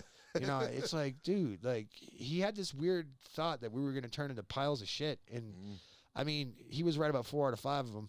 But Well, you know, it's so weird. I'm Like just it's kidding. it's that communication aspect, because there's certain things. Obviously, there was pain that he had Yeah. that he didn't know how to deal with, and obviously it just kept coming out in rage, especially in these bouts. Oh yeah. And then I caught on to that where I was like, oh, okay, this is how you deal with problems. You beat the shit out of people. Yeah. And then I realized, because I'm not a really big of a fighter, like I can defend myself, but I'm not a guy who's going to start a fight. I'm the guy that's like, okay, I guess we'll do this. And I'm not good at it, but like I'll do it At if I least have let me try to swing back. So Yeah. you know, yeah. But like I'm not a fight picker. I've never been a fight picker. I mean, Yeah. I'll yell back, but I don't want. I honestly don't like fighting. I really don't. Yeah. But there was things like if you're planning revenge on someone and you're trying to figure out which family member to kill besides all of them, that's definitely mom. Yeah, that's true. yeah, Yeah, she was like, all right, we'll find this out. But there were some things, like, it's weird, like holding a lot of that pain. I remember asking my dad, because he would talk about his ex-wife occasionally, you know, like when I could hear, like, I'm getting up in the morning and it's just my mom and him talking. yeah. Because those two talked all the time for hours a day. And it's one of those things I was really fortunate, because I that's what a marriage is supposed to be like. Jenny and I talk all the time, Yeah. you know, every day, and we love it. But he would be talking about his first marriage and his divorce, which really fucking hurt him. Really, really hurt him. And when I asked him about it once, he said, that's private, Dave. Fair. He never wanted to talk. And I think I'm thinking back about it, and I know my older brothers and sisters, they have a different opinion, because they were out at the other end of that. And their view that dad left them so to start a new family, which I think is a very cold way to put it, because all my brothers and sisters have been through a divorce. So put yourself in his situation, you'll know exactly what he was going through. But I'm not them, right? Yeah. And he, one of the reasons I think he didn't ever want to tell me is he's like, that was the worst fucking part of me and the worst time of my life, and I don't want you to know me that way. Oh, okay. You know what I mean? Yeah. It's like, let me tell you about the worst time when I was really depressed and everything. Yeah, you know. He never talked about. He one time was telling a few stories about, as what Drew was saying. He's like, he never talked about the divorce, and he never talked about Korea. He was in Korea? Yeah. Oh. Well, he wasn't like active military. He I don't know if he was in the Navy, but the thing is, my dad was a mechanic, so it's not like they're sending him out in the field. Guess what he does? He repairs the tanks. He repairs all this other stuff. He also sees what happens to the people that were inside of these tanks. You know, like there was a lot of horrid shit that I think that he saw. I mean, occasionally he would tell some stories about guys who had some serious VD or something like goofy, that. funny. My Uncle Bob was like that. My Uncle Bob he was in the Navy in Vietnam. Same thing. He would vaguely be like, "Oh yeah, I was there. No big deal," but apparently he saw some shit. Yeah. Yeah. I remember he said this one time. He's like, yeah, there's this guy, I think he called the Red Star disease or something. Like, what? He was with this girl, and basically this is a disease where he was eating holes through his dick. Oh, my And I'm God. like, what? Whoa. And he's like, yeah, you know. So, pulling out body parts from links on the tanks and stuff like that. That dude's seen a lot of hard shit and everything. Yeah. But, you know, the thing is that my ability to tell stories when I do it right, I totally get from my dad. Yeah. Because my dad, when he would start telling you a story about, you know, I think it was like 1953, you know, and I was in the Philippines, and you know, and as soon as you did that, you just sat down and you were glued to what this guy was saying. He would just freaking, he captivated people, and that was really great. Like, and I could have talked my dad into doing a set or two of stand-up comedy. He would have done something. I'll just give you the advice that I gave my kids: just wear rubber. Would you want your dad seeing you doing it? Absolutely. Oh, see, I have the opposite answer for that. Absolutely. I would love if he would have, you know, because my dad had this laugh when he would like, if he was really laughing hard, it was way like, right? And then if something hit him really hard, it was like, and you could hear this almost this high-pitched laugh and everything, that it was like really, really infectious and stuff. And I'm like, oh my gosh, I wish I could hear that again. No, mine's the opposite. I would not want him to do the same. No. This is bullshit. Yeah, he'd heckle me. He'd probably fucking say something. He'd be one of those guys you would have to throw out. Oh. I swear to God, this is a story. See, I kind of worry about my mom doing that, so my mom started heckling people.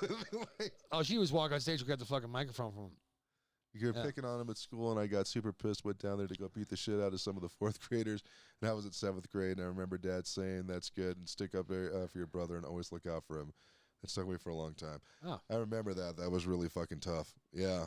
No, I'm sorry. No, that was just the time I remember again. That was when we first moved to Arizona, And I went from a private school to public school, and they beat the crap out of me on the bus, and I felt so weak and helpless and horrible and shit like that. And it was, it was tough. But luckily, I got a big brother who's like 5 years older. See, I was the oldest, so like I got that same treatment, but no one gave a fuck. Yeah. So he went into comedy. Yeah. I'm sorry, you were saying. No, there was one time my mom, right? She was going to college, right? This is when they were. This is years ago. She's going to college, and they had like a adult learning, like people that like in their 30s who were in community college. Yeah. Like a get together. It was a pizza thing in a bowling alley. Right. My dad hammered drunk when we were about to go. He's just wasted.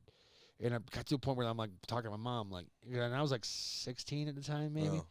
And I was like, Mom, I don't think it's a good idea to fucking bring him with us. He's hammered. He's being belligerent. And my dad's like, I can fucking go. I like having fun. Having fun. And I was like, Dad, just don't make an ass of yourself, man. And he's just like, which at that point he's like, well, I'm definitely making an ass of myself. Well, he took that as a challenge. He was just like, he would just be like, he's like, oh, you think I'll make an ass of myself? Oh, you think I'll have fun? So like we're driving there, and he's like turning up the radio all the way to the point where the volume knob won't fucking turn anymore. And he's like screaming out the window. We get to the place, and he's like staring at chicks and being like, yeah, fuck yeah, like in their faces and shit. And then he got like a pitcher of beer, and they served him. I don't know why the fuck they served him, but they served him. We're eating pizza, we're playing bowling, and my dad like gets belligerent and then takes one of the fucking bowling balls and like, dude, like shot put style throws it into the fucking lane. It's not even his. You know, to the point where like it like makes a boom sound, and he starts making an ass of himself. And my mom was so fucking embarrassed that like she dragged all of us out of there. Yeah. And then we drove home, and he's like, I want to go to McDonald's. And my mom did it anyway. And I looked at my mom, I looked at him, and I'm just like, I don't know how you put up. I would have killed him. Yeah. And McDonald's would be the last place we're going. Well, you'd be funny passive aggressive. She was like, no, we're going to Burger King. Yeah. I don't want Burger King. Oh, he would have gotten pissed. I don't know. He was just him and his alcohol, man. It was the fucking worst. That's why like people with drunk parents, I feel bad for them because I feel your pain. Yeah.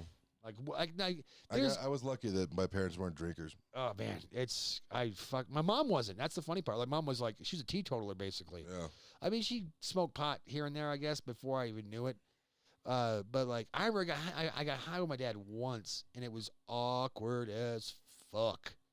Yeah. I had a cousin that like got off on like smoking weed with weird combos. Yeah. You know, like he's the kind of guy that would convince like Donald Trump and Joe Biden to smoke a joint together. Right. And he'd make it happen. Not because of like, he just wanted to smoke with people that just, you know, like it'd be like in one of those weird cutscenes in a video game where like there's 4 players that don't look like they belong together. Yeah.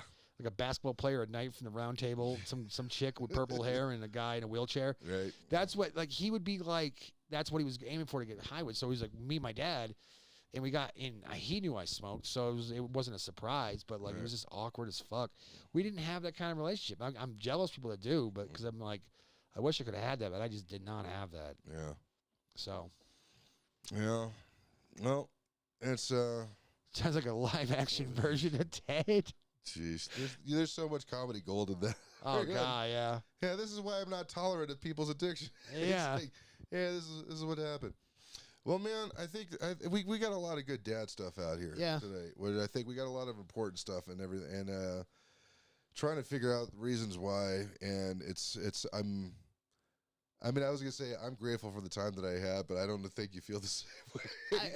That's why. He gave you life. That was it. That was good, and it's kind of weird. It's like I can't imagine you. It would be like I'm trying to think about Jake Hamill if he had a loving dad that wasn't an alcoholic. I don't think you would have done comedy. You would be working still in the Navy, in that naval yard. Oh yeah, I would have stayed there. Yeah. I've been like, because I was like excited that I got the job. My dad was like proud of me. Yeah. And then when I quit, he's like, "Why'd you quit?" I go, "Because I don't want to get radiation poisoning, and I'm not good at welding. Yeah. And also, it's weird to have my girlfriend / fiance's dad be like the guy who's my boss's boss's boss. So it gives you that thing of like, right, you're like, and I never used that to my advantage, and I never wanted to. You know, some people who were in the same position that I was in did, and you know, I don't know, it was weird. Like my ex-wife fucking had a dad.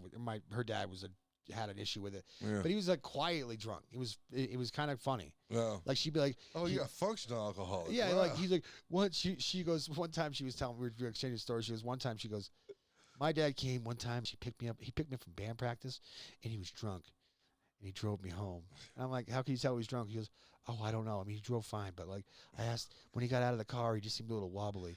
I'm like, oh, my dad came to my high school graduation in a fucking ripped, torn ass, fucking dirty T-shirt, shit faced out of his mind, yelling at people for getting diplomas at the high school. So dude, your dad had so much fucking dude, rage. I was like, seriously.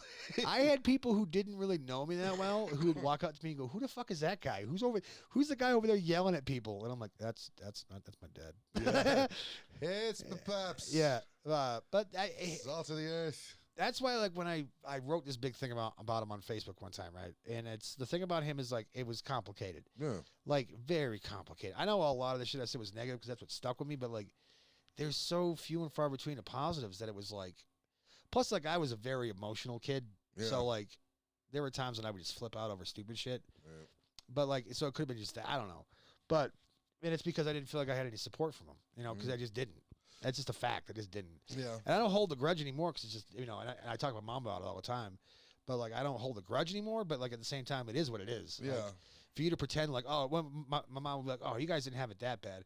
I'm like, Mom, we lost power for a month and a half because poverty, Yeah. not because of, but yeah, Dad always had cigarettes and fucking beer. So Right. There's always money for that. yeah. So it's Probably like, if it's like, listen, without this, I'm going to turn into an asshole. You're like, without this.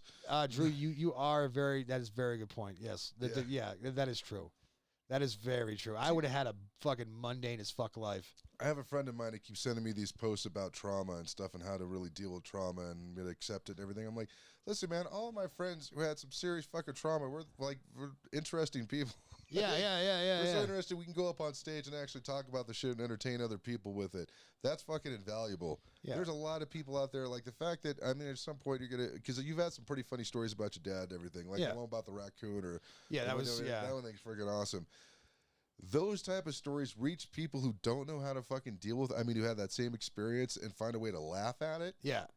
That's fucking amazing, man, because there's a lot of folks that they're like, imagine if like young version of your dad saw your comedy when he was like 22 years old or something, right? As he's a young kid. You're the same age now, but you're entertaining the young version of him. How many ideas could you have possibly gotten in that dude's head where he's like, oh, you're right. Maybe that is something to think about. You know what I mean? It would have been weird, but it's like, that's what I was trying to think about. Like, what if I was able to entertain the 22-year-old version of my dad, Yeah. make that kid laugh and be like, oh, well, yeah. Yeah, I mean, he did turn me on to George Carlin when I was like 9. Right? There, that's it. That's the last thing I'm doing for you. That's the one thing. Like, and the only movie they ever like didn't like. They always let me watch whatever I wanted to watch, at any age. Yeah. The only movie that my dad was like, "Let me watch this first, and then we'll see." Yeah. It was Silence of the Lambs, and then he watched Silence of the Lambs. And he goes, "No, that's fine." so I'm like 9 years old, sitting in the fucking foot of my parents' bed watching Silence of the Lambs. My parents didn't have a problem with violent movies, but if there was anything sexual, my dad didn't care so much. But my mom was super Puritan about it, even though I think, we watch movies sometimes like that, though, and there'd be a sex scene in it, and that was, you want to talk about awkward as fuck. It was, and then like going forward in my life, I got married one time. I got married. That was Drew's job. He showed me all the titty movies. That's true. That's true. Bud Light, man of genius over there. Yeah. I was watching a movie one time. There's a sex scene in it. Like, I can't remember what this is back when I was married. And my ex-wife did one of these. And I was like, bitch, get the fuck out of here. Like, I used to watch this show called Dream On HBO where there was like a sex scene in like every episode. Right. I watched that shit with my mom. Like, not on purpose. It wasn't like, can't wait to watch sex with mom. Like, I'm not, it was just a funny show that like would have weird shit in it. Yeah, great show. Yeah, exactly. Like, I would watch it. And like, so if I can watch it with her, I can watch it with you. And if you're insecure about this, then what the fuck is your problem? Right. Doesn't matter anyway. We'll just go into the computer room and jerk off because having sex with it was terrible. All right. Anyway, sorry. That was a dig. I should. Sorry. I shouldn't have said that. Actually, I should have said that. Fuck her. She stinks. Anyway. All right. So yeah, that was. But like, yeah. I mean, again, like there was. I don't know. There's probably pause. I mean. I don't know. It's a weird one. It's one of those things where it's like the toughness that you kind of learn and everything is that listen, life's not fucking fair. Yeah. But you found a way to make the most out of it. Like seriously, dude. Like Drewski would admit would probably would agree with this is that there's a lot of freaking people that never got out of that trauma of that freaking cycle that we grew up around in Lucerne. Yeah. And they just kind of stayed there, man. And they have they're just like swan. They figure, like, imagine if you thought like all life was just getting drunk and hammered all the time. Yeah. Like, well, that's actually why my dad moved us out of there. Really? Yeah. Because he didn't want you guys to grow up like the rest of the other guys. Yeah, that's why when I was like 10, we moved to Jacksonville, Florida, and I was like, that's weird. I want to get away from all these drugs. Let's move to Jacksonville, Florida. Not a good move. But no, but he didn't want us being raised around like our hooligan cousins and shit. Right. Because they were fucking hooligans. And he didn't want us being raised around them. And then like... And then when we moved back, we didn't move back to like New Hampshire. We moved to fucking upstate New York. So like we were kind of near them, but far enough away so that they're not in our lives really a lot. Right. Unless you really wanted to be. And yeah, too much drugs in Jacksonville. Let's move to Utica. Yeah, there's not enough there. There's crack? Nah, there's no crack in Utica. Of course. Yeah. No, but like he did that because that I'll give him credit for. Touche. That's a positive one. Because if I don't move out of there, I don't know what the fuck I'd be. Right. Honestly, I don't even know because I would have to go to school there, and I just hate it. It felt like home. It's fucking boring there. But like when I went back to go visit, I realized, wow, this place fucking sucks. You know. And when I moved from Utica back to New Hampshire, I was like, wow, this place is great because Utica sucked. And it wasn't that bad. New Hampshire wasn't that bad. Now that I'm living in Denver, I have my complaints about Denver, but it's Denver. Yeah. So when I go back to fucking New Hampshire, I'm like, wow, this place sucks. You know. Yeah. Drew misses crack, everybody. Oh, so. Well, I mean, crack misses you. Well, there you go. No, don't. It's whack, man. I don't know if you got the memo. It's fucking totally whack. Don't do that. Get some weed. Just fucking eat an edible and fucking zone out, man. It's weird. I don't. Or is that going to get you back on the train again? Don't do that. Not from the guy I got. Oh, all right. You got the unwhack crack. All right, fair enough. Fair enough. You got the fucking Walter White shit. So that's good. Yeah, good. Yeah, I don't know. Where's my wallet? No. Drew managed to lift your wallet through a Twitch stream. Through a Twitch stream. Because if there's anybody who can do it, that's my brother. Yeah. No, I can't afford crack anymore. Yeah, ever since fucking rich white kids started doing it, the fucking price of crack went up. And inflation. Thanks, Biden. Thanks for gentrifying fucking crack, you assholes. It is weird to see fucking white people ruin everything. It's really weird to see an upper crust kid from Boulder smoking crack. I'm like, really? Yeah. And I'm not stopping it, by the way. Go ahead. Right. Because you white motherfuckers from Boulder are the worst white people I've ever met in my life. To quote our friend Armstrong. Yeah. White people from Boulder are like cartoonishly white. Yeah. They're like what every black comedian makes fun of white people about. That's exactly what they're like. Yeah. Oh. I'm like, yeah, that's pretty much it. But, I was trying to find a way to because we've been at this for over an hour and a half, man. Shit. Yeah, so my friends say white people are fucking white. Right. I mean, that's... All three of them in Montana? Yeah. Well, I mean...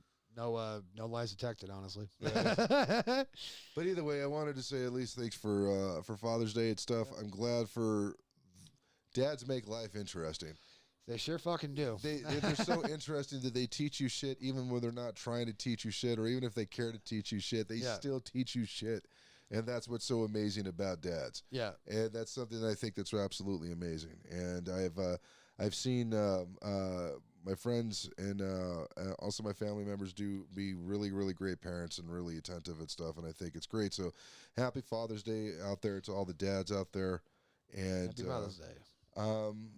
We'll be back in 2 weeks. I'm not sure if we're what the topic is going to be, but we want to thank Drew Ways, 1971 for joining the chat, and we actually miss it when you're not here, man. The last episode, we're like, I wonder if Drew maybe he's really slammed. Yeah, we actually missed you last time, man. Yeah, and I also want to thank Chief Sauce who followed us about a week ago. Thank you, Chief as Sauce. Well as Carcast. They were watching off of the replays off the Twitch.